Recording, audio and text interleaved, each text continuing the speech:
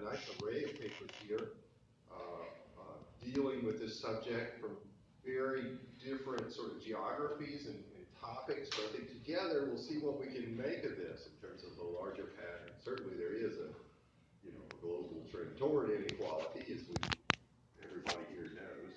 But to see the dimensions of this, how it shakes out in particular places on the ground, is I think what we're going to learn a lot about today.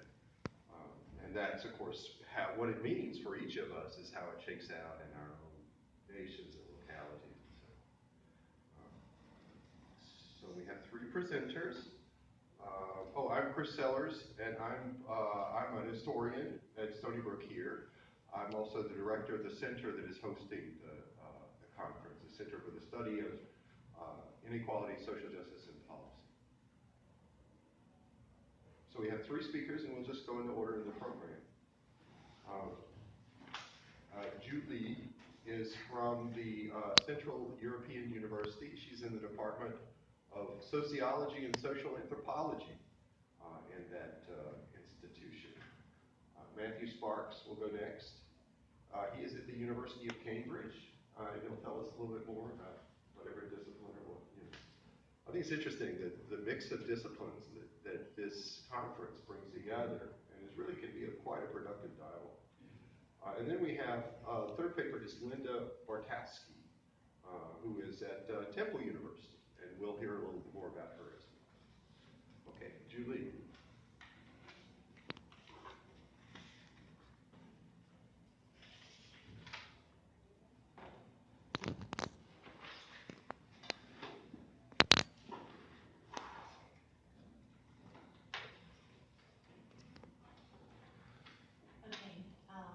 Good morning, and thank you for being here. Today I'm going to present here as part of a new project that I'm kind of developing now, temporarily entitled Labor Reconfiguration under China's E-commerce ecosystem. It will be very much like a skeleton presentation without much detailed examples and data, partly because of the time limit, partly because I do need more ethnographic research in the future. But anyway, I hope you will enjoy it. In his 1995 best-selling book, The Road Ahead, Bill Gates hailed the coming of so-called fractionless capitalism, brought about by the new economy based on the internet. By imagining the unlimited progress of human society through ever-emergent disruptive technology, Gates celebrated the same old but always newly dressed techno-utopianism. This time, it was the enchanted network leading us to a millennium new economy. Society, by exploring the net's swirling cyber circuits and overstocked data warehouses, will shed its savagery and somehow morph into a kinder, gentler place. Such a millennium has never come. The inherent contradictions of capitalism have been temporarily moved around but never solved. Instead, the whole capitalist world system slowly slid into a deeper crisis after Gates' proclamation, finally erupting in 2008. The crisis had suddenly exposed the vulnerability and uncertainty of the system and profoundly shaken the foundations of new liberalism's legitimation, both political and intellectual. In a very meaningful way, it was exactly around this period that the term new economy started to gain momentum in China. Set in contrast to the earlier export-oriented developmental model, the new economy was initiated largely as a strategic governmental policy responding to the devastating consequences brought about by the global financial crisis in 2008. The major blow of the crisis came from the fall in global demand. A large number of export-led private enterprises in China's coastal provinces went bankrupt, with around 20 million manufacturing job workers losing their jobs. Just as David Harvey observed, crises are moments of transformation in which capital typically reinvents itself and morphs into something else. In China, the developmental state was urged to fully utilize this opportunity not only to sustain short-term economic growth, but also to achieve long-term strategic objectives. The crisis has forced the government to face the problems accumulated during the earlier reformism, including but not limited to external dependence, downstream positions in the global value chain, and rising social tensions. The initiation of the so-called new economy therefore aimed to address these problems and restructure the Chinese economic structure accordingly.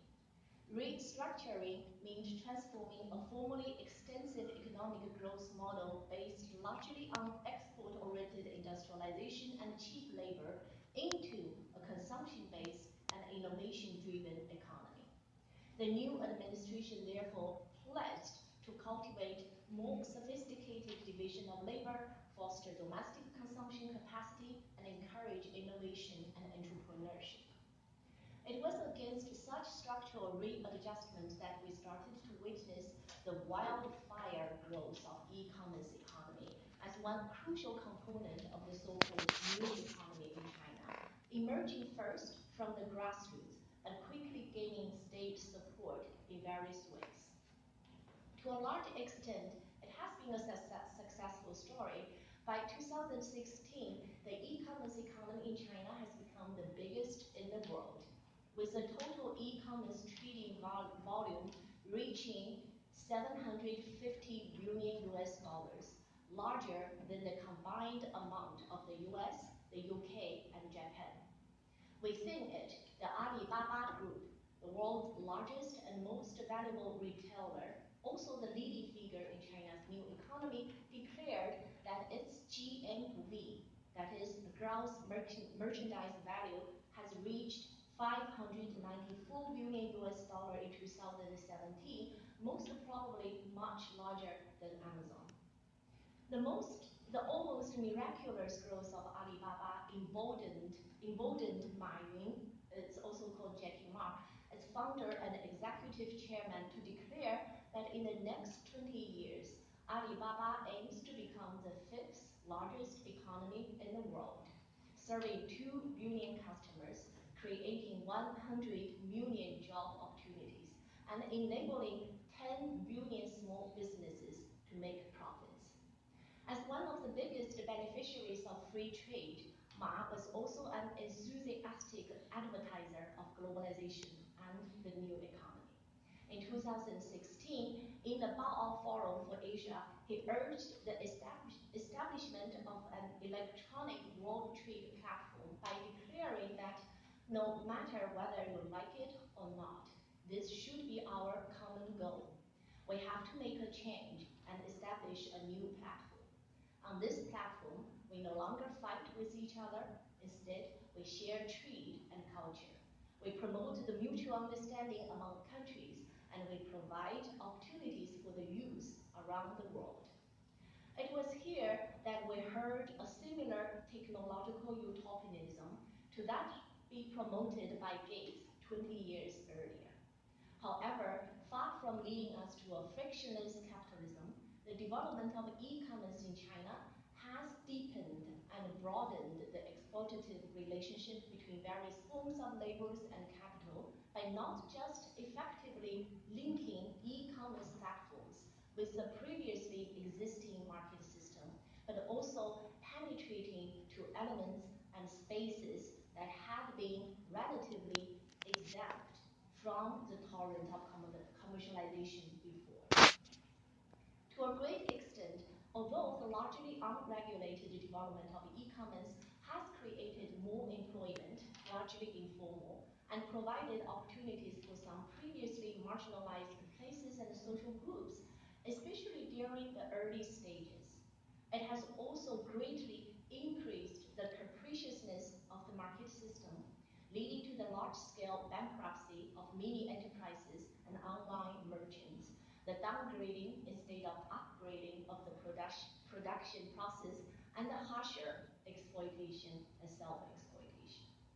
Well, the platform economy in China is reaping great profits and developing into a leading global sector. Labor contradictions persist and go deeper. Let me further illustrate this argument through three aspects. The first one is accumulation by disposition and salvage accumulation. The wildfire development of e-commerce in China is based on an extremely large supply of various commodities on the platforms, such as the so-called Taobao e-market, which include not only manufactured goods, but also the so-called culture products, including handicrafts, artwork, indigenous products, tourism. By linking all these products produced in numerous parts of the country with online customers everywhere, the e-commerce platforms have, on the one hand, managed to overcome the so-called mutual physical inaccessibility and spatial hindrance for business exchanges, while, on the other hand, they have also allured and encouraged a much wider and deeper commodification process of the various elements. Laborers have been mobilized, organized, and reorganized. Natural resources suddenly discovered and exploited. Generation-old social bonds manipulated for profit generating. Traditional handicrafts reinvented. Local culture, folklore, and even legend retold in native specialities ready to be remolded into saleable commodities. Although there is nothing really new in all these processes, widespread commodification had happened right after the market reform. The rapid development of e-commerce by promising that everything can be sold and business opportunities are everywhere and unlimited as long as you dig deeper and interpret what is possible into reality does push the processes much further. In this tremendous commodification process, we witness both accumulation by disposition and salvage accumulation. Accumulation by disposition, according to Harvey, is the ongoing process of primitive or original accumulation. In this process, a set of assets, including labor power, natural resources, local knowledges, and extra, is released at very low and, in some instances, zero cost. So over-accumulated capital can seize hold of such assets and immediately turn them to profitable use. Developed by Anna Chin, the term salvage accumulation refers to the process through which capital takes advantage of value produced without capitalist control and translates it to capitalist return. Through salvage accumulation, lives and products move back and forth between non-capitalist and capitalist forms. This form shape each other and interpenetrate. So through both accumulation by disposition and salvage accumulation, then commodification stomps triumphantly and exhaustively. The second dimension I'm going to talk is called super-exploitation and self-exploitation under the demand-driven supply chain of e-commerce. The demand-driven supply chain is defined as a system of coordinated technologies and processes that senses and reacts to real-time demand signals across a network of customers, suppliers, and employees, aiming to be highly responsive to changing market conditions, minimize stockouts and lost sales, maintain lower inventory levels, and ultimately lower costs overall. It has always been the so-called holy grail of operations managers around the world. It is exactly in regard to this wholly demand-driven supply chain that the medium, especially the mini enterprises, the foundation of the e-commerce economy in China, have been held by mining and other e-commerce platform magnates as the future of the world. Because of their relatively small size, and more importantly, their largely unregulated or less regulated market activities as presumed free market actors, these enterprises can be extremely flexible in almost every dimension. Short takeover times, access to temporary labor and external capacity, elongated working hours, and the ability to produce small batches and switch to new tasks quickly. Meanwhile, as so-called free market actors in the extremely competitive e-market space, where millions of suppliers fight with each other in order to sell their products to online customers, these mini enterprises are under constant pressure of lowering costs and being agile to any market signals in order to simply survive. The ostensible blessing brought by the internet, held by the economists for facilitating the abolition of the trade-off between richness and reach of information, turns out to be a curse by keeping online entrepreneurs' nerves always on edge. The highly competitive environment and the corresponding hyper-anxiety haunting these online enterprises forever have led to conflations of super-exploitation and self-exploitation on sites, a typical feature of supply chain capitalism. The third one is the so-called, I'm going to talk about is the blurred boundary between capital and labor. The severe self-exploitation, the relatively low threshold of entrance, and the high vulnerability of the e-commerce enterprises have also meaningfully blurred the boundary between capital and labor. The switch from the so-called capitalists to proletarian and vice versa is normal and frequent in the e-commerce ecosystem. Such blurring, on the one hand, promise people who usually come from impoverished backgrounds an unimaginable and reachable future of not only escaping poverty, but also becoming one's own boss and getting rich. On the other hand, it justifies and even naturalizes various forms of exploitation, which are generally accepted as necessary survival strategies for the current bosses, as well as for the to-be bosses. So in this way, class antagonism, in these circumstances, though still being there, is becoming much more fluid and unspecified, as it is partially yet meaningfully suppressed by the hegemonic Darwinian logic of the market. And then let me conclude, go to my conclusion. So moving beyond the sleek e-market cyberspace and into the hidden abodes of production, according to Marx, what we witness is therefore far from the horizontal space held by the trumpeters of the new economy. Instead, under the frenzy of seeking out every business opportunity released by e-commerce, a large scale of accumulation by disposition and salvage accumulation is sweeping across China, when millions and millions of so-called poppy entrepreneurs, including online merchants, swamp the e-market space. Competition becomes suffocating. Bankruptcy is not just a nightmare, but also an always impending reality. Responding to the severe cruelty and capriciousness of the e-market, various forms of super-exploitation and self-exploitation have been created, restructured, reshaped, expanded, and strengthened.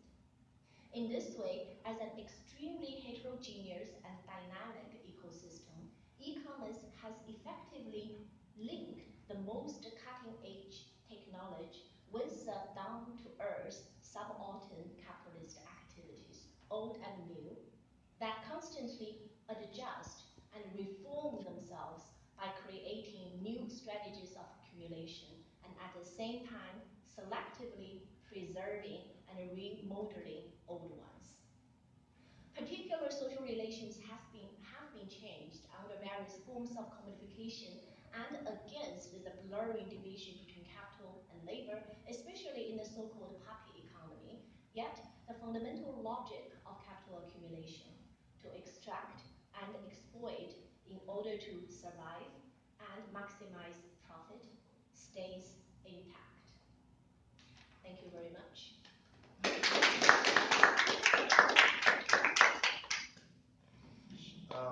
If there are any sort of immediate questions, I'll open the floor to that. Otherwise, we'll just move to the next speaker and discuss everything together.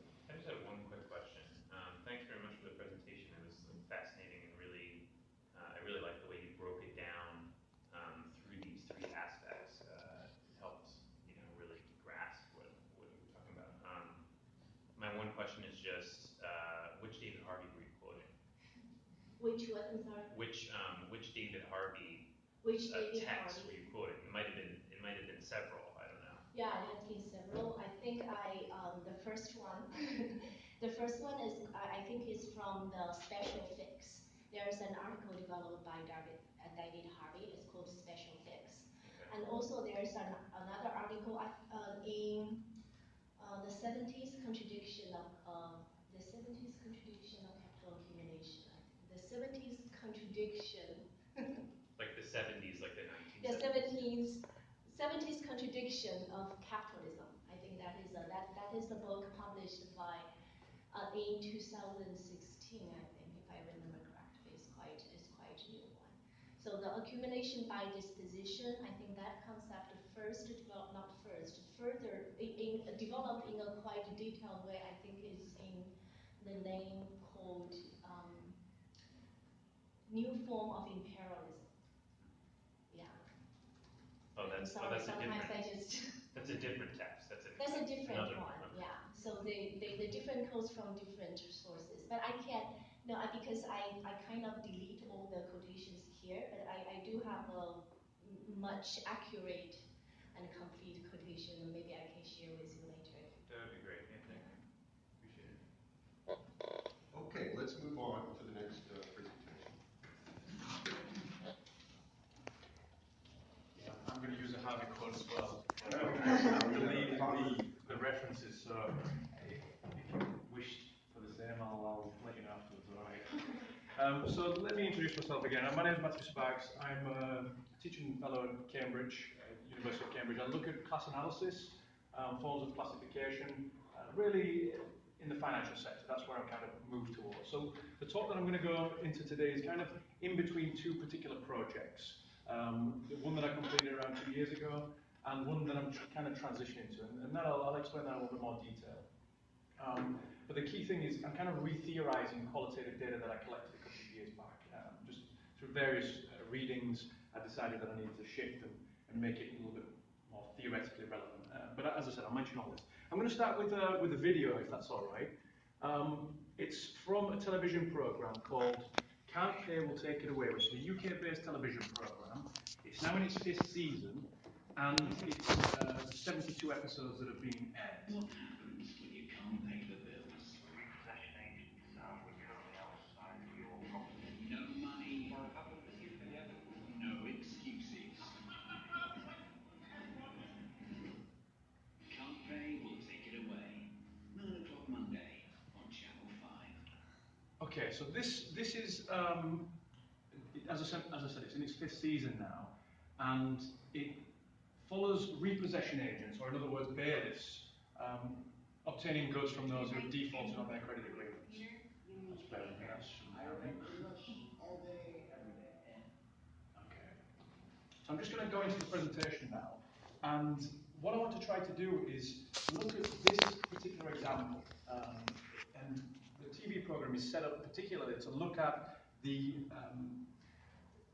how bailiff agents seek and obtain the money that is owed to them. All right.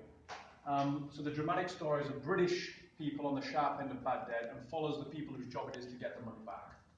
Now, these integrated shots represent a vivid motion when an individual is defaulted on their credit agreement when it takes on a new spatial form. It's the final stage in a sequence of stages on a defaulting credit agreement. The first is you have to default on your credit agreement. The second is a county court judgment, which basically sets up a new legal framework for the payment of this debt. And the final stage, if you default on that, is whereby a bailiff will come and take your property away, basically. Now, at this moment in time, there are 3 million individuals who are in financial difficulties in the UK. There's around 900,000 county court judgments that are issued each year. And there's around 50,000 bailiffs who come and collect property and possessions from individuals or start that process.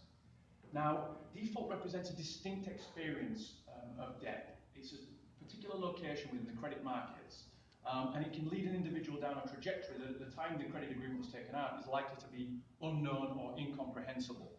Now, Anthony, who's a 49-year-old stock manager in a supermarket, kind of encapsulates this mentality, this framework.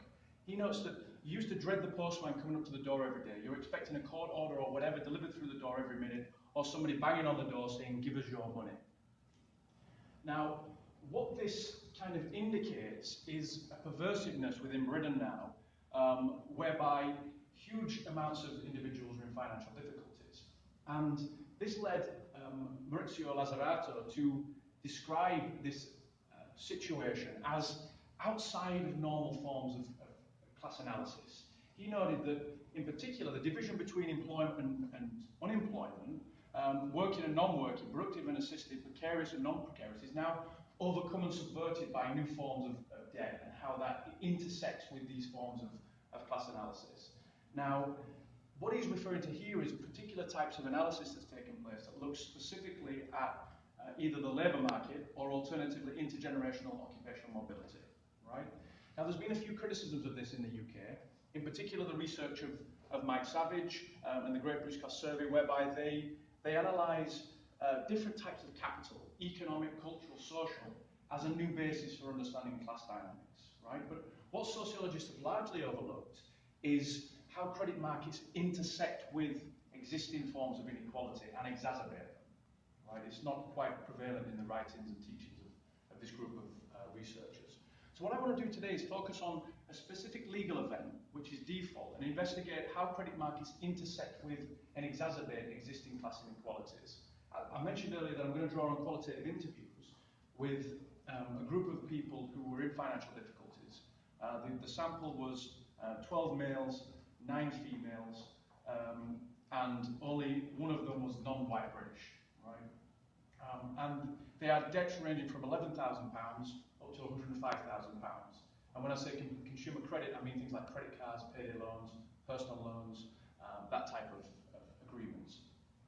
And what I want to do is kind of reflect upon what a visit by a bailiff signifies, and also what this fear associated with a bailiff is. It can tell us about wider experiences of credit and debt, basically, and also class analysis. So to start this off, I just want to move on to kind of a framing of how I want to situate this class analysis. And I'm going to talk about Eric Olin Wright's framing, whereby he says that to be in a location with a class structure is to have one's material interest shaped by one's relationship to processes of exploitation. Now, he's coming from a normative Marxist assumption here that views the relationship of an individual to the productive sphere, right? But this kind of framing opens up new ways of thinking about class analysis, to be in a location within a structure whereby one's circumstances are influenced by that particular structure, whereby their life chances and their interests are shaped by that position. Now, part of the framing of this also comes from the work of David Harvey, I mentioned a little while ago, right? And David Harvey brings our attention to secondary forms of exploitation that take place outside of the productive sphere and that can shape individuals' relationships. And this is, the framing here is about cannibalistic capitalism, right? And the work of Susan Soderbergh has also developed this type of framework. And what Soderbergh shows is that there's 3 types of areas in which credit and debt can lead to forms of secondary exploitation. Within fees, the administration, the costs of taking out loans, etc., the interest rates, and then the penalties. But what she argues is that these mechanisms are not due to some natural evolution of the market or some self-equilibrating market, but involve active processes of what Caliscan and Callan call marketization, whereby markets are established. Now, within the credit field, these market situations are constructed predominantly by new forms of classification by financial institutions. And these financial institutions take a whole host of data about an individual's circumstances and classify them into broad categories of risk, ranging from very poor to excellent in terms of the scores. So these credit scores generally range from 0 to 750 or something, and they place individuals within a particular location. Now, there's a number of different organisations that engage in these types of credit practices. You've got Experian, Equifax, and Call Credit, which are also based in the US. So it's things like the FICO score that is predominantly in the one that's utilised in the US. Now, these companies store millions of pieces of information on individuals in Britain and in the US as well. It's even more pervasive. And what they do is they provide a particular kind of valuation of an individual, a moral judgment of how trustworthy or risky you are as an individual. And these judgments are utilized then by credit providers to determine the types of credit that's available to an individual, whether that's a mortgage, a credit card, payday loan, etc. The volumes, how much you can actually access, and the price. And the price is particularly important here because the price is tied into a measure of how risky you are in terms of the likelihood of default. It's called risk-based pricing. So the mechanism there is about determining whether you're likely to default and then charging you a particular price based upon that risk. Now this is quite a pressing issue for those who are deemed risky, because say if you take a £5,000 loan over 36 months, you'll get an interest rate of around 80%, which means over the course of that loan you'll pay around £6,000 more back in interest. Whereas if you have an interest rate of around 3%, for those who are deemed low risk with high credit scores, you pay around £300 back in interest rates. Right? So there's a huge diversification in this instance about the types of facilities that you have access to and the prices. So in this instance, the market in consumer credit, it expands at the boundaries by drawing ever greater number of individuals within its operations, but obviously at higher prices. So there's more risk associated with this type of situation. Now the sorting and slotting of credit scores, people based on these characteristics, is something that Foucault and Healy note called classification situations. And this thinking is quite important of where I'm at in this moment in time and trying to understand some of this data. What they note is that market institutions now draw on a huge range of data to sort and slot people based on categories of risk, trustworthiness, and worth overall, to differentiate prices and products for the purpose of profit maximization. Now, their argument is that there's many different forms of institutions who are now engaging in these forms of stratification. It's not just a labour market that ultimately stratifies, it's also housing markets, employment markets, education markets, health, all different types of sectors are engaged in these forms of classification practices. What's particularly interesting from their argument is ultimately that there's this notion that markets reflect inequalities that exist in other places. But what Foucault and Healy argue is that, as invertebrate classifiers, markets don't just reflect existing inequalities, they help exacerbate them and create them anew. Right? So credit scores are no different in terms of they reflect existing inequalities. So someone with a high credit score is likely to have a good occupational position, high income, high forms of economic capital, and high forms of cultural value, right? They're deemed to be less risky. So there's a judgment of them as an individual in terms of their capacity to pay money back. Those with low credit scores tend to be found in more insecure positions, right? So there is a crossover in that respect. But what is interesting here is that they present the idea whereby credit markets are exacerbating existing class inequalities and intersecting with the labour market. So what I want to focus on now is the way through which this takes place, particularly within credit markets. And one of the things that Foucault and Healy argue is that it's part of the performativity of these classifications that influence people's circumstances and life chances. Right? So they argue that there are incentives for compliance, material or symbolic rewards for success, and sanctions for failure. Rewards and punishments are often themselves acts of reclassification, and punitive reclassification within these credit markets may involve higher premiums, a loss of services, and ultimately a loss of privileges and poorer service. Right? So it's this performativity. Now what Mike Savage argues is that class analysis should now focus on the way that advantages accumulate over time and then solidify into class positions. But what Foucault and Healy are noting here, that actually it's not just the way advantages occur, it's also the way that disadvantages accumulate over time. Right? So this notion of cumulative disadvantage. Specifically, how downward reclassification markets transmits disadvantage into other aspects of the individual's life. Right? And that process then can gain a momentum and shift overall. Now, I mentioned earlier that credit scoring is about an assessment of the individual's chance of default. When default occurs, that risk is materialized. Right? The prediction is no longer relevant because now you've got information about the individual that they have defaulted. So it's no longer about mitigating the possibility of default, or predicting that, it's now about reclaiming the money back. And all of the processes now of the credit providers shifts to a different type of mechanism. So this involves a punitive reclassification, downward reclassification within these credit scorecards. The individual now will have a lower credit score, and if they then default on other agreements, that score will continue to decline, right, based upon their new types of behaviour.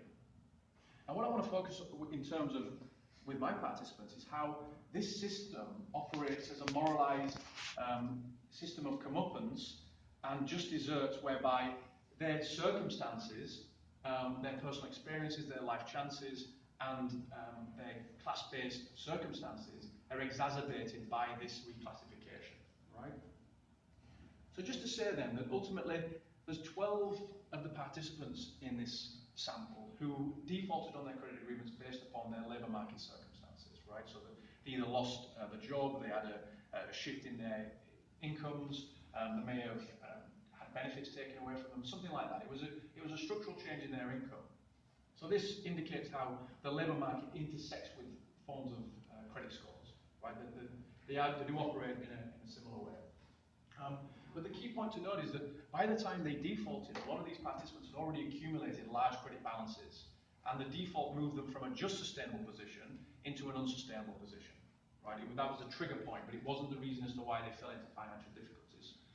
So what I want to ask now is, what do credit markets see when they look at defaulting individuals, right? So the first thing to say is that default acts as a negative credential, and that places the individual in a particular type of legal position. It's also a stigmatized space. So if we use Goffman's ideas of what stigma refers to, it's the notion of a deeply discrediting characteristic or attribute or circumstance, right? So that stigma stems from broader cultural beliefs about the causes of debt, of why people fall into financial difficulties. You know, there's a lot of the literature that indicates people are immoral, they've missed the opportunities that were afforded to them by greater access to credit, a little bit feckless, undisciplined in the way that they manage their finances, right? So ultimately this punitive reclassification then is also a devaluation of the moral worth of that individual, right? They experience a shift in the way that these markets act with them, but also in how the markets see them as individuals, right? And because they have breached the legal contract with the creditor, this then transitions into a loss of services and new forms of activities, which cover, firstly, a restriction of credit, or actually removal from credit markets. You can't access credit anymore, so they could be excluded from these circumstances. Secondly, the creditors start to elicit the full payment. It's no longer a monthly payment or a minimum payment. They now start to elicit for a full payment of the balance, which of course, if you just defaulted because you don't have the income, and all of a sudden someone's saying, we want the full balance, you can imagine how stressful that can be. And finally, a sustained attack is initiated by creditors that put pressure on all entry points into the individual domain, through the letterbox, telephone calls, people coming around, debt collectors coming around and asking for payment. So it's a systematic approach here.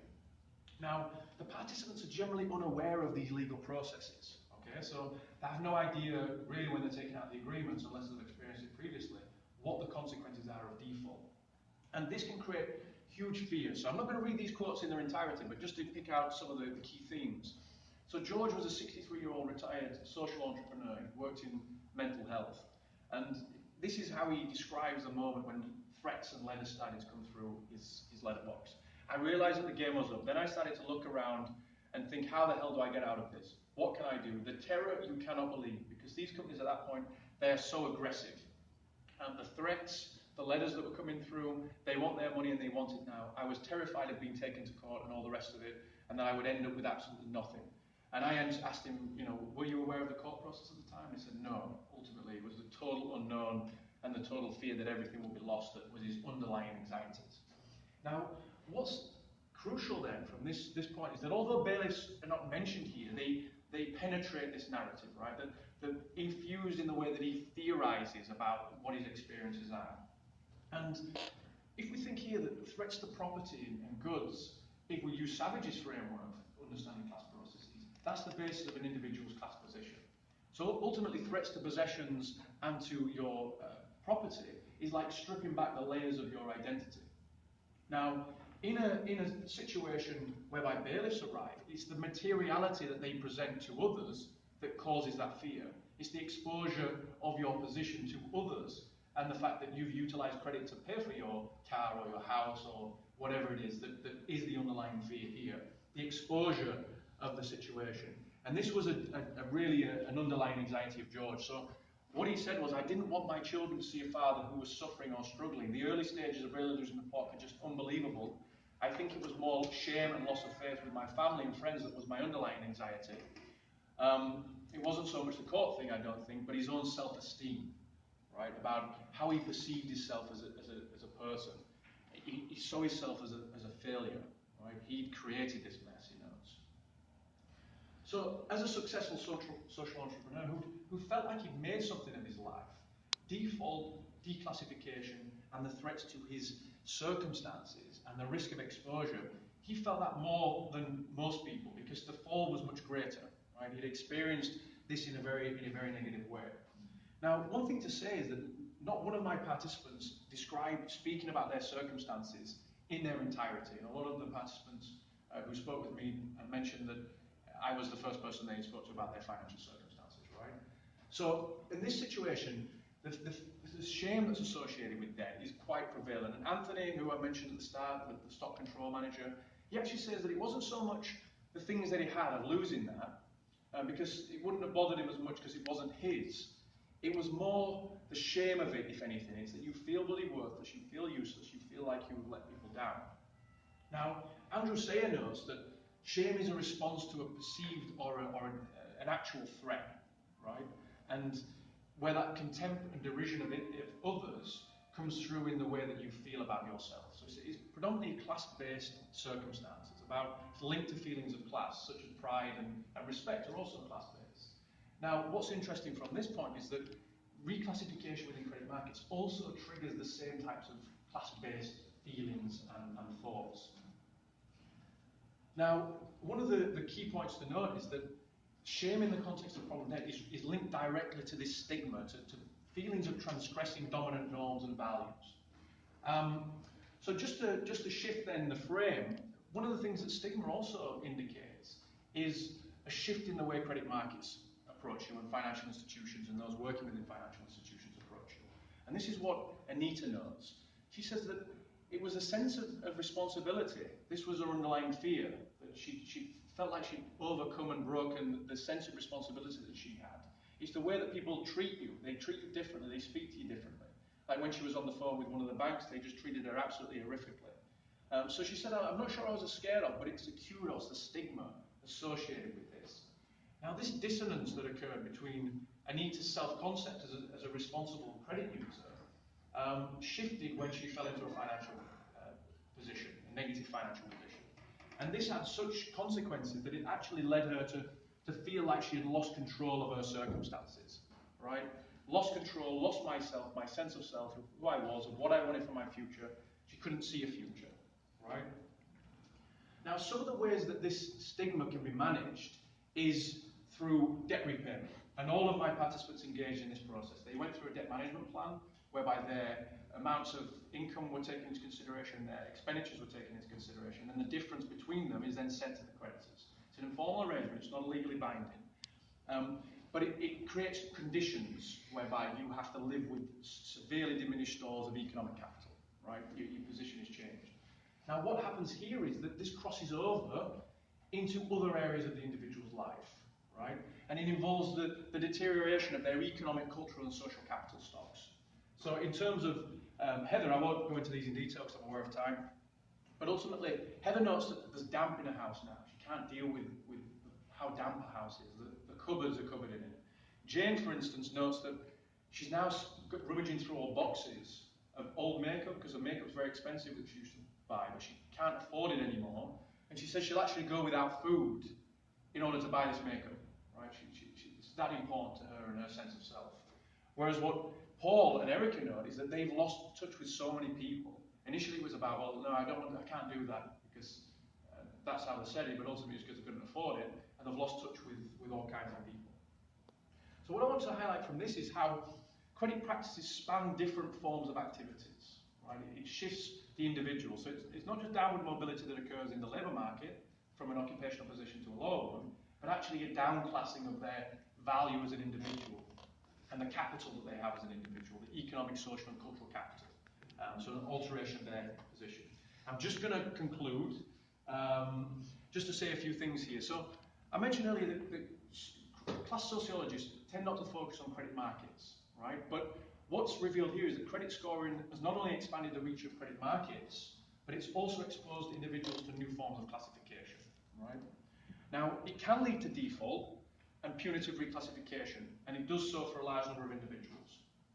Now, the key things that I want to just highlight from this is that the consequences of a bailiff arriving, or the potential of that, has psychic consequences, because it provides a situation in which an individual's circumstances may be exposed and reveals a class position that is falling.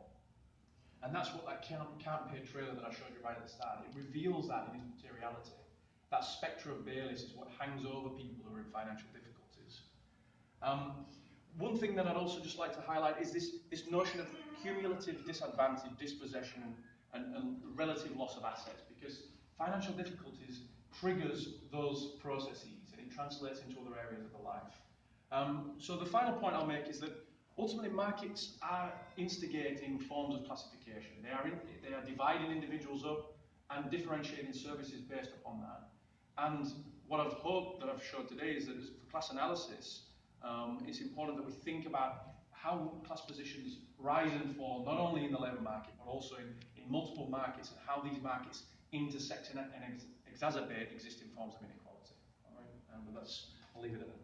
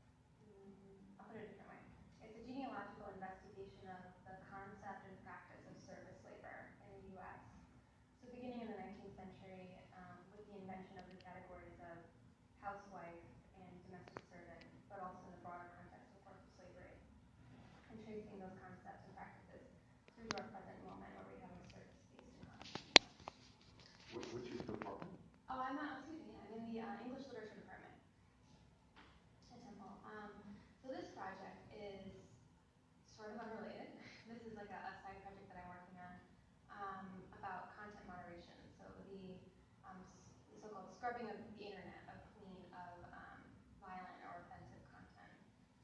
My presentation today is called Eyes on the Internet, Content Moderation and the Management of Virtual Borders. As I said, it's sort of a set of ideas and problems that I'm continuing to grapple with or work through. So I'm eager to hear any thoughts that you have. I've gotten some unique insight from these really different perspectives. And I think actually, too, with your presentation, there's some overlaps in the things that we're thinking about. So that was really great.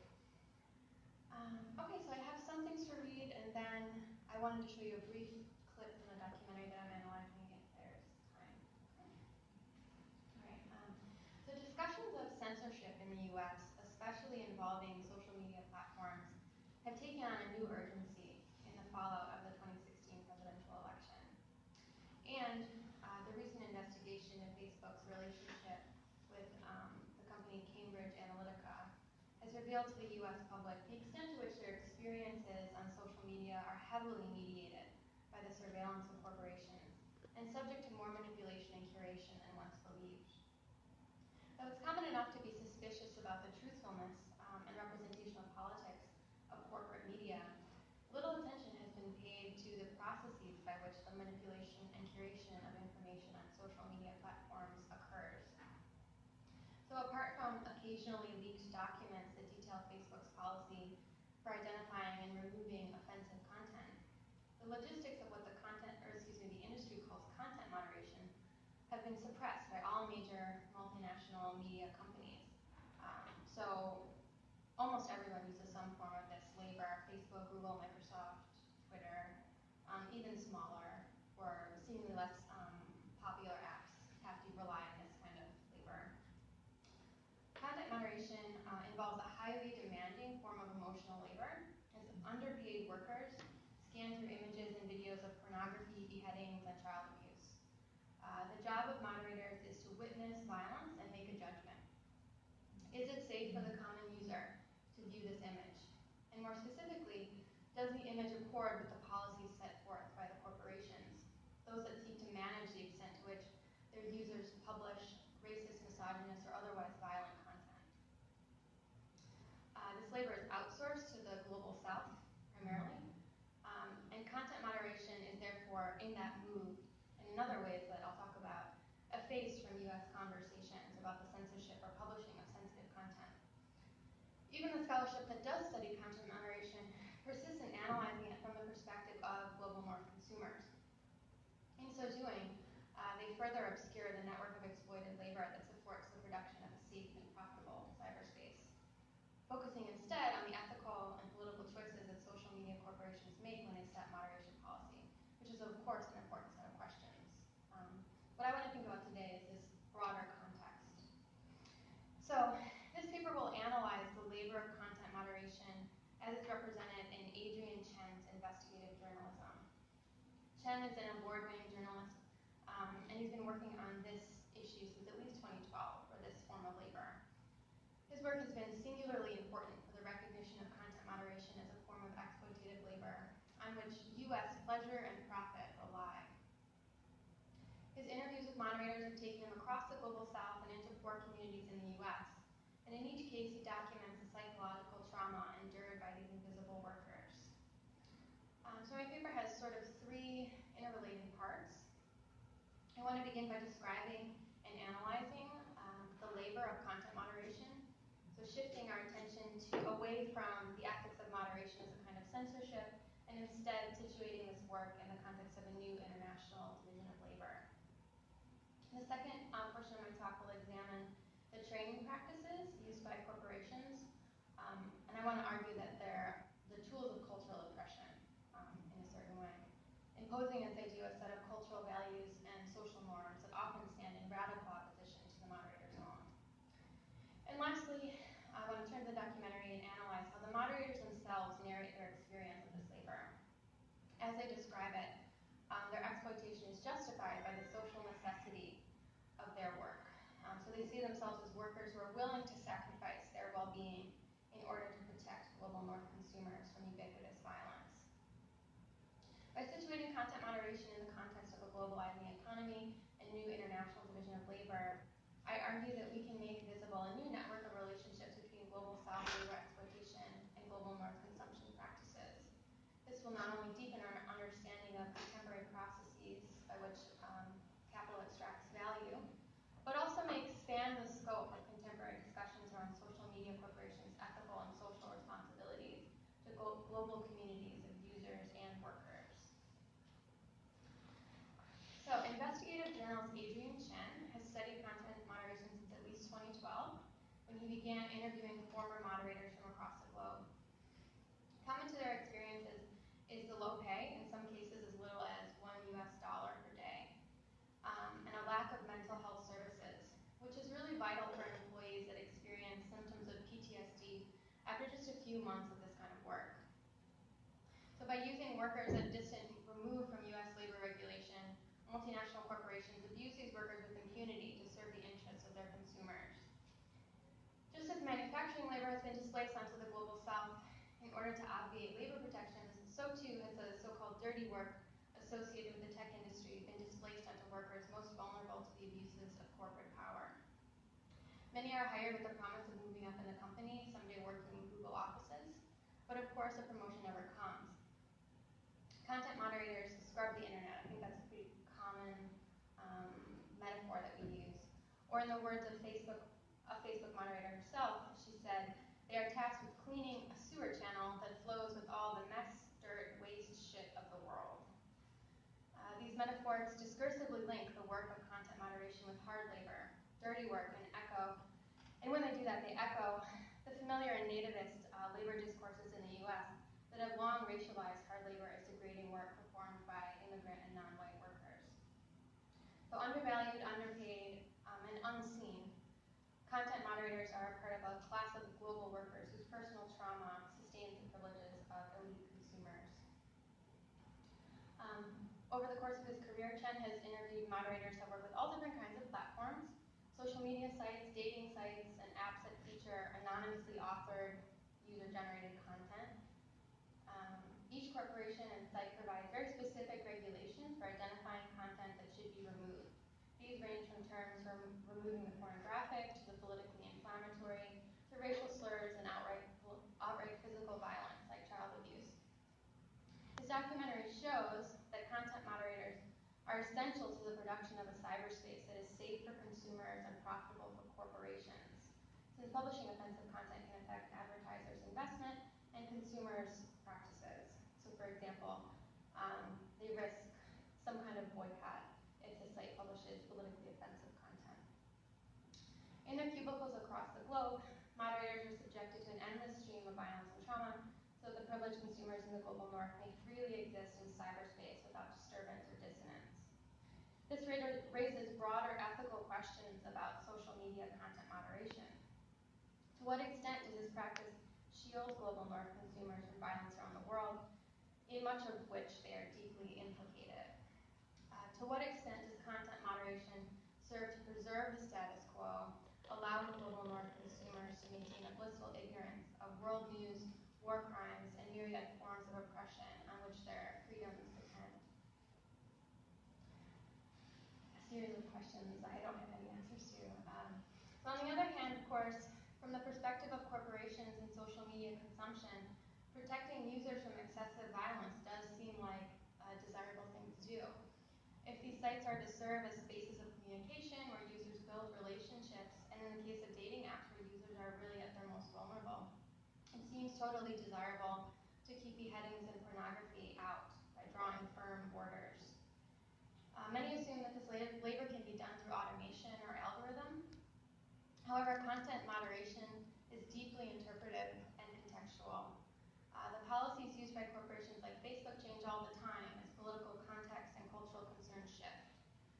Just last week, the online publication Motherboard, for instance, leaked Facebook's new policy for differentiating between forms of hate speech. So they delineate between white supremacy, white nationalism, and white separatism, recognizing, of course, that this is sometimes very difficult to do. So moderators in the global south are required to learn and internalize the highly specific and alienating cultural mores that dominate U.S. cyberspace. Since they are required to make judgments quickly, maintaining a speed of 2,000 images per hour, it is essential that they adopt the perspective of a common user from the global north, a perspective they are a radical remove from, and often one that's completely at odds with their own subject positioning. So Chen's documentary takes place at an office in India where Hindu men and women are required to differentiate between forms of offensive and inoffensive nudity, identifying the image as permissible or pornographic, as an example of how alienating this process might be. As our training manager acknowledges, viewing images of naked or near-naked women is likely an alienating experience since it may be deeply offensive to their personal, religious, or cultural belief systems. So in this way, the work of content moderation extends the reach of U.S. cultural imperialism to act on individual subjectivities in a highly oppressive way. Asked to suppress their personal and social identities, moderators are required to kind of forget themselves in order to keep intact the subjectivity of users in the global north. Akin to accent, affect, and cultural training that call center employees undergo, the processes of globalization and the restructuring of an international division of labor result in what Anish calls the disintegration of the self. So this is from an article. There's actually quite a bit of scholarship about call centers and the effect that this kind of labor might have on workers, and less so on more people that are doing clicking. So he says, although the story of globalization is often a story of integrations, connections, and flows, it is difficult to ignore disintegrations, contradictions, and divides that constitute the experience of globalization to a similar degree. So in addition to the abuses sustained in the work itself, including bearing witness to endless violence, being underpaid and undersupported, the content moderators are further oppressed by the imperative to forget their personal identity and adopt a perspective that refuses to see them. In the production of cyberspace, free of violence, pornography, and politically disturbing content, moderators undergo extreme alienation, oppressed by multiple structures of power that ultimately seek to maintain the status quo, exacerbate cultural divisions, and sustain global inequalities. The training that moderators undergo to prepare for this work is far less rigorous than similar forms of labor, and the companies provide no counseling services, and even require their employees sign non-disclosure agreements that prevent them not only from talking to someone like Adrian Chen, but also from talking to each other. So they're not allowed to even discuss the work that they're doing according to these agreements. Therefore, the moderators implicated in the censorship of sensitive content on social media sites are themselves silenced and repressed by corporate policy. This further complicates U.S. conversations about censorship in which many leftists, queer, and communities of color argue that they are disproportionately targeted by moderation policies in comparison to right-wing extremists whose racist and sexist speech often goes unchecked. Recognizing the labor of content moderation as itself a practice of violent suppression opens up the possibility, I hope, of political solidarity between these two groups. On the one hand, U.S. consumers whose politics and identities are scrubbed from Facebook, and global South workers that are enlisted to do that scrubbing. In fact, this is the kind of cultural work that Chen's documentary might do. Especially in this particular documentary and in his other work, which includes blurred versions of the violent images that the moderators see, Chen makes U.S. consumers uncomfortably aware of the impression that their comfortability entails. While much of his journalistic work has focused on the psychological trauma endured by workers and its long-term effects, his 2017 documentary, The Moderators, has a somewhat different focus. In this case, Chen provides insight into the logistics of the training systems and enforced regulations that moderators must adopt to complete the work. He constructs for a global community of internet users a kind of insider's perspective and access. So usually we don't have a lot of information about content moderation because of all these corporate policies of non-disclosure. So this is really a unique production in that case and a unique opportunity to learn more about this process and make it visible. So the 20-minute documentary, it's very brief, itself published online on the Field of Vision platform, represents the week-long training process, so 1 week to prepare for this job, of 8 men and women, and 1 woman, in a small office in India, and the exact location is undisclosed.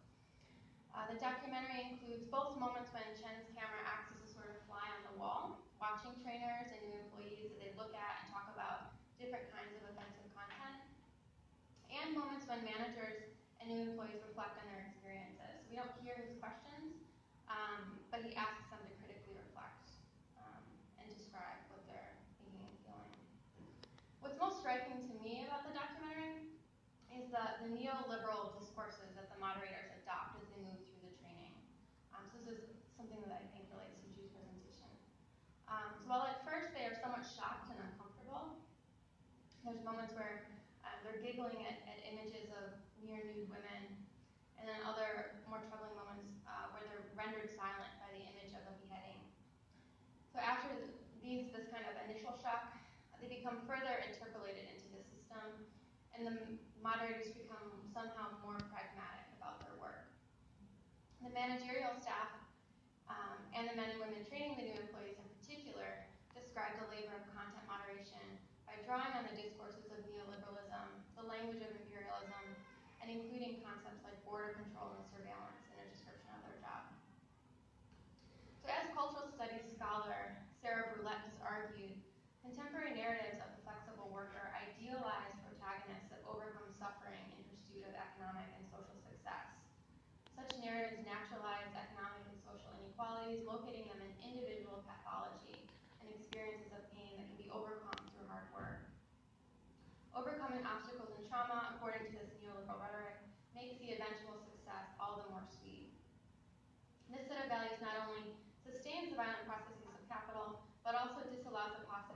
collective action and solidarity, since individuals are encouraged to work for and by themselves.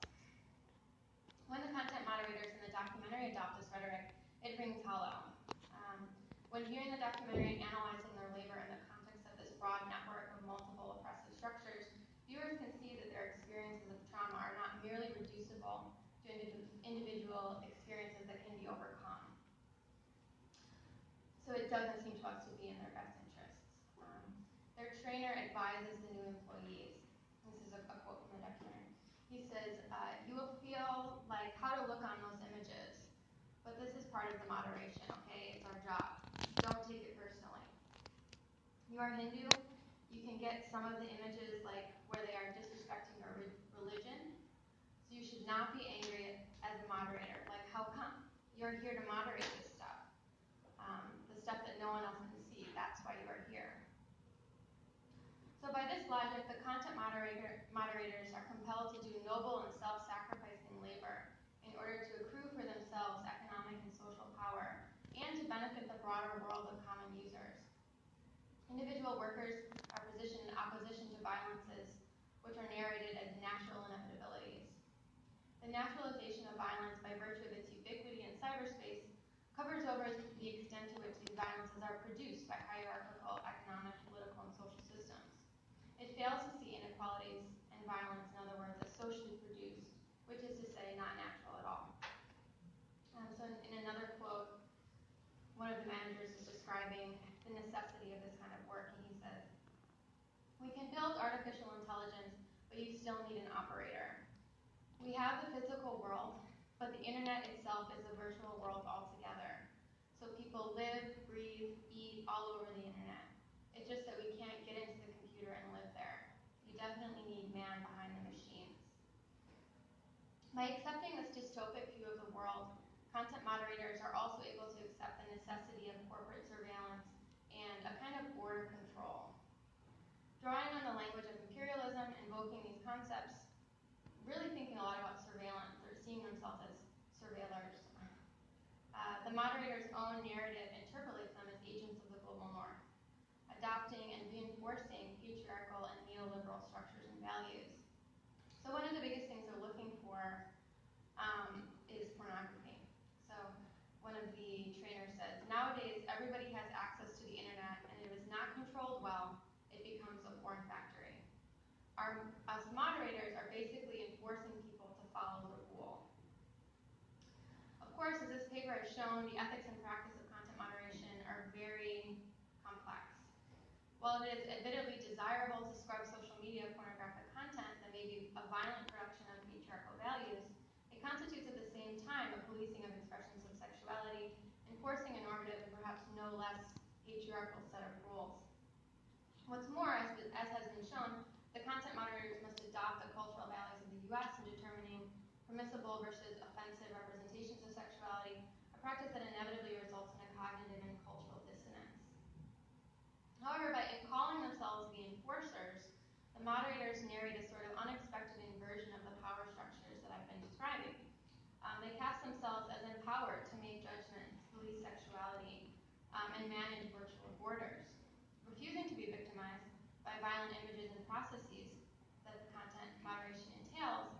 The manager tells Adrian Chen. And I want to show you a brief clip because I think the way that this is put together is interesting and hopefully telling.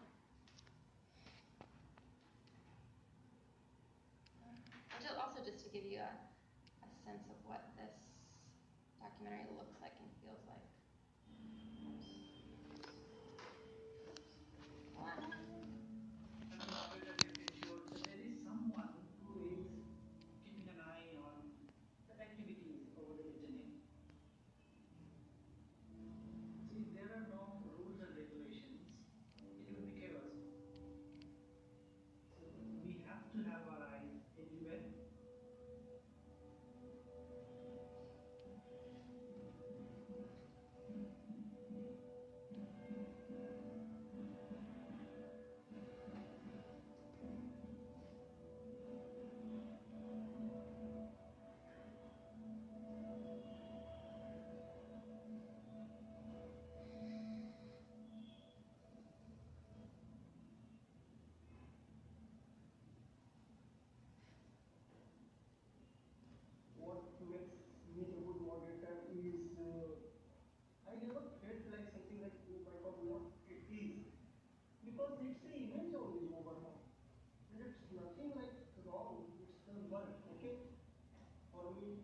Okay, a lot there. So, while they are of course not reducible to mere victims of the processes of globalization, this narration is somewhat ironic. The power they have as arbiters of the offensive is of course severely delimited, since they are serving the interests of others much more than themselves or their own. So without drawing any firm conclusions about the significance or laying down any rigid answers about these complex ethical and political questions, I hope to highlight the elaborate problems that attend content moderation beyond the dominant conversation that centers censorship and consumer experiences in the U.S. I want to suggest that content moderation might be a telling example of contemporary practices of neoliberal capital. Its omission from contemporary conversations about the social responsibilities of social media platforms maintains a national framework that cannot adequately account for the international network of actors that produce and consume in cyberspace. Making this network visible, as Chen's documentary does, resists the hegemonic tendencies of neoliberal discourses to alienate, distance, and efface the exploitative practices that sustain global inequalities. The documentary challenges us not only to recognize the oppression of these global South workers, but their visibility and the showcasing of their voices, in addition to the narratives that they adopt to describe their role in cyberspace production, reminds us of their agency as well. Recognizing these workers as subjects, I hope, opens up the possibility of deeper and more meaningful cross-cultural understanding and political solidarity.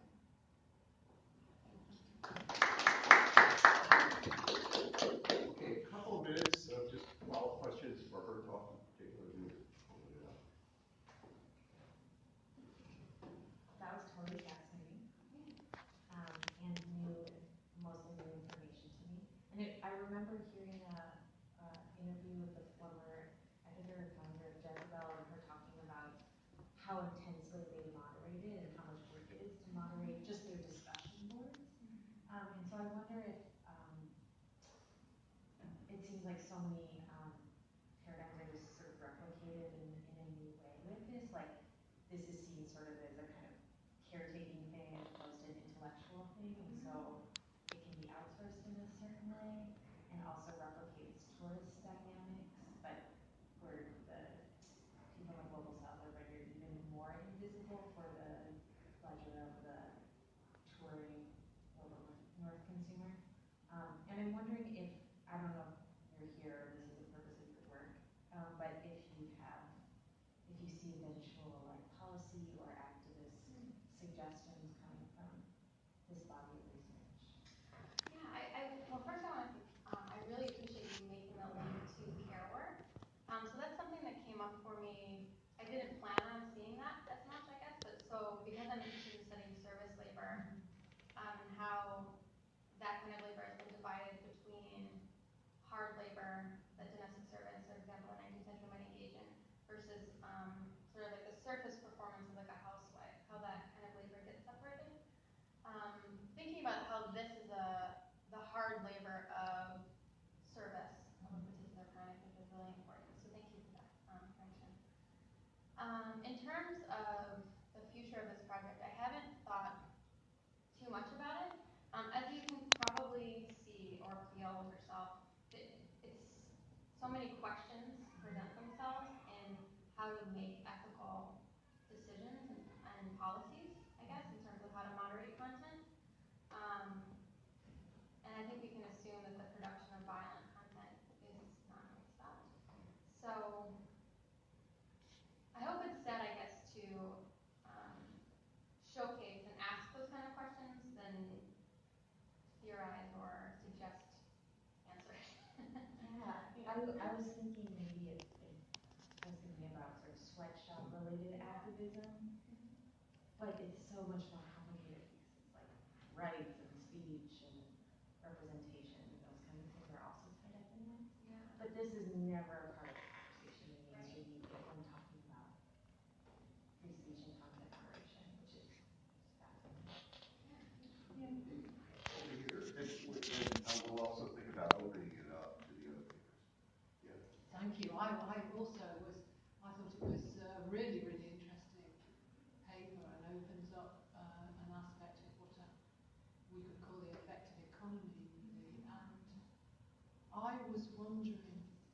said there was a lot of attention paid to psychological effects, but I was just thinking about the kind of disposition of the worker, because I noticed in the film, they're sat in a cubicle, they've obviously got to sit for longer hours looking at a screen,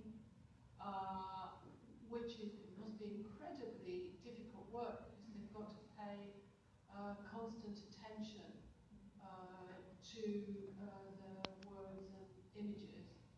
And then, since it's a form of work, presumably they're not allowed to take a break if something affects them.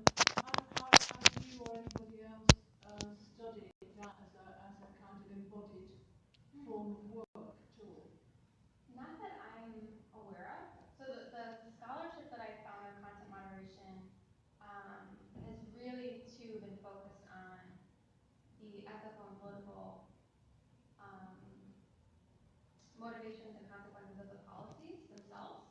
So thinking about what kinds of videos, for example, are permitted to go viral even if they're violent, racist, or something, which is a set of important conversations. So Chen, as far as I can tell, he's an investigative journalist, so not a scholar, has focused really on the psychological trauma, but not thought about this as an embodied experience, which I think is worth considering.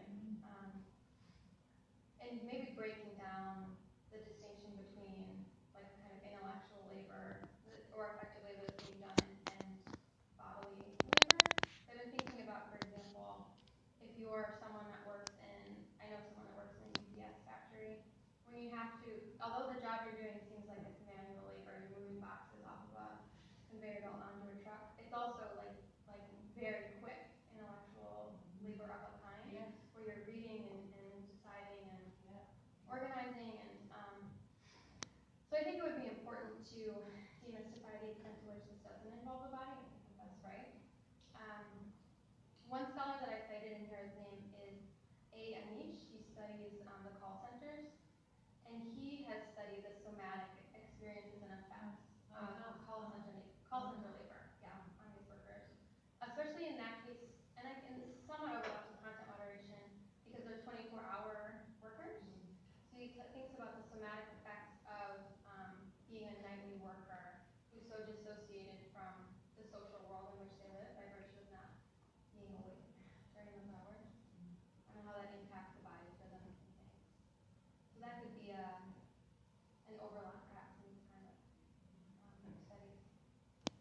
I would like to open it up now because we have just one with 3 great papers with a lot of potential dialogue. I mean, I'll let you guys. I have some questions, but I'll let you guys start if you want to connected questions, or either this gets you thinking about another paper. Okay, so I'm going to just hop in. I'm trying to think what we could ask to sort of bring. I mean, so disparate sort of parts of the world and parts of the economies. What kind of questions we'd ask of all 3? And one of the places it occurred to me would be in sort of worker resistance. And we've heard a lot about the changing structures, and particularly with you guys' papers, changing structures in workforce and a lot of the tensions. But what about pushback by these workers? Where do you see that manifested, and does it turn collective at all? And then also, even with the work you're talking about, the barristers, I mean, conscience and so forth plays in with that. I mean, I can see also the other side of it, of course, of people being acted upon if there is any sort of collective engagement with those dilemmas. It sounds like it's very individualized in all these cases. That's the push, is that all of this sort of exchange and sort of relationship is hyper individualized even. But is there any collective pushback? I can start that. That is also actually a question I'm thinking, because A lot of times when we talk about, for example, platform capitalism or the surveillance capitalism, we are talking about the structure. And also when we are talking about structure, we always emphasize the so-called hegemonic power as if actually people who are imposed within the system willingly or forcefully without some willingness that they are forced to comply with the rules. But here, actually, in my case, I do have a collective resistance happening, especially in the e-commerce platform in 2011 and 2012. Actually, there was a series of protests organized by online merchants against the platforms. So that is something that actually I'm investigating. I'm hoping that through such kind of investigation, I can explore more about this kind of new form of relational class and antagonism between online merchants and the platform. So yes, I think with the changing forms of capitalisms, there also emerge a changing new forms of resistance. Yeah, that is just my response.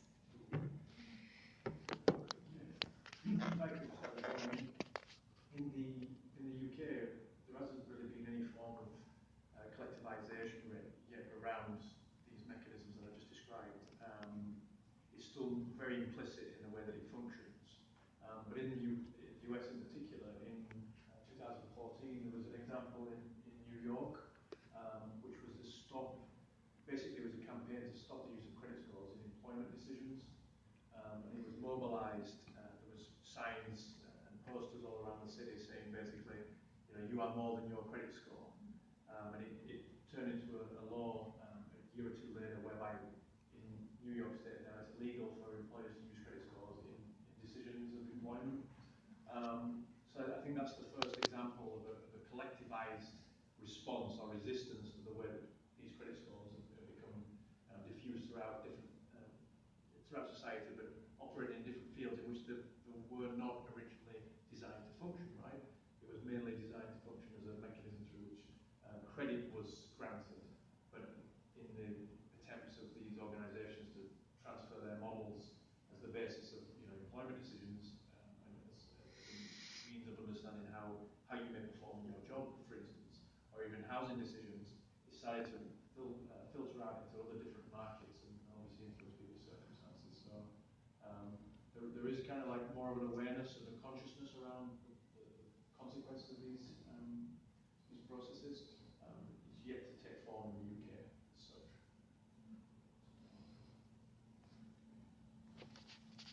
Well, I can sort of speak to that. Or in my case, I don't know that I know of any forms of collective resistance related to the workers that I'm thinking about. But I did want to point out, or something that I found sort of interesting, which might be sort of obvious to everyone. It's something that I think each of the cases that we've studied today have shown us is that there's this, I guess I want to say it's this neoliberal rhetoric that makes economic struggle a personal failing. That so that you were calling it a form of self-exploitation. This it's a newly dominant form where that you're pressured to, you said, become your own boss. And you said, I thought this was okay. It naturalizes a form of exploitation as necessary for survival, for to-be bosses, so people that could be their own boss someday. And I think what we said too is that that's such an alienating and isolating experience as a result. So I guess resistance would have to look like if there were resistance thinking outside of that and recognizing. I think that's what I like about this documentary, that it's trying to recognize broader structure. So seeing oneself, even if having an individual experience as part of something bigger, displacing that blame alone. I was going to say, I do think there's, sure, we've already talked about this a lot, there's this a different thing with labor now where, with globalization and everything, where people are just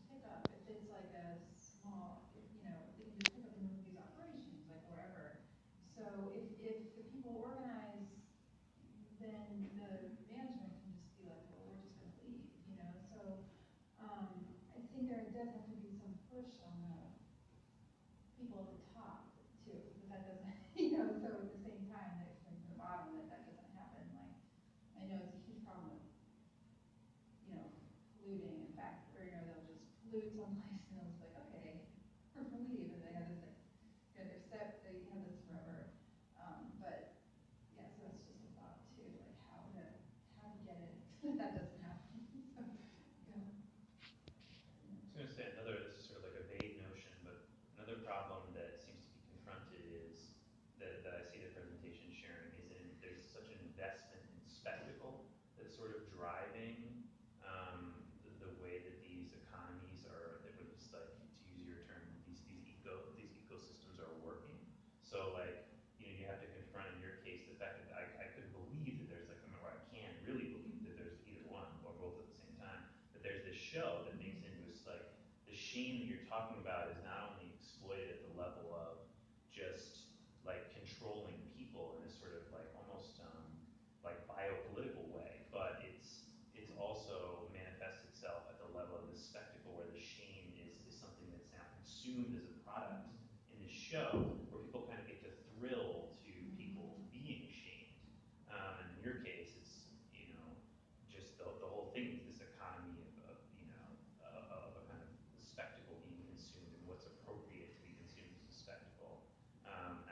It's hard for me to say in this case, but, you know, something about consuming in the internet marketplace on Amazon would seem to rely on a form of commodity fetishism that's really spectacle driven also. So people sort of have to combat that affective relationship to the consumption of media in some way, it seems like, if they're going to collectively organize. And it also seems like maybe as consumers we need to recognize that, I mean, there's this rhetoric around social media and even television that we're being more connected and more exposed and it's more democratizing when it's the things we're looking at are highly curated, and the ways that we're interrogating that curation in some ways are still very focused on us, like how is my experience being censored, or like how are we getting ratings for our television content. I don't know, there's not, it seems like it's for the kind of change you're talking about to happen, the consumers will need to make demands on the company. And so I'm wondering how to make this kind of the invisible work or the invisible trauma of these shows, how they might be made more visible. Yeah, I mean, No. the other piece of this is sort of this huge world dataverse, which is opened up, that I think is common to all these papers, but it's kind of, for us as consumers, kind of a black box.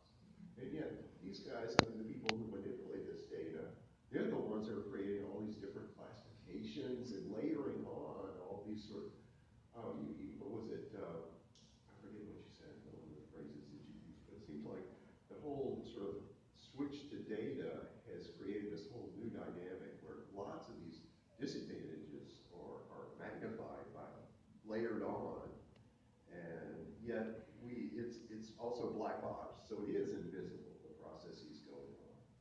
And so the people on this end, they see one end, and they're the ones being exploited, but they don't see all the sort of manipulations behind the screen that are actually creating their situation. And it's all sort of pointing back to them, as we said, and sort of blame the victim kind of thing.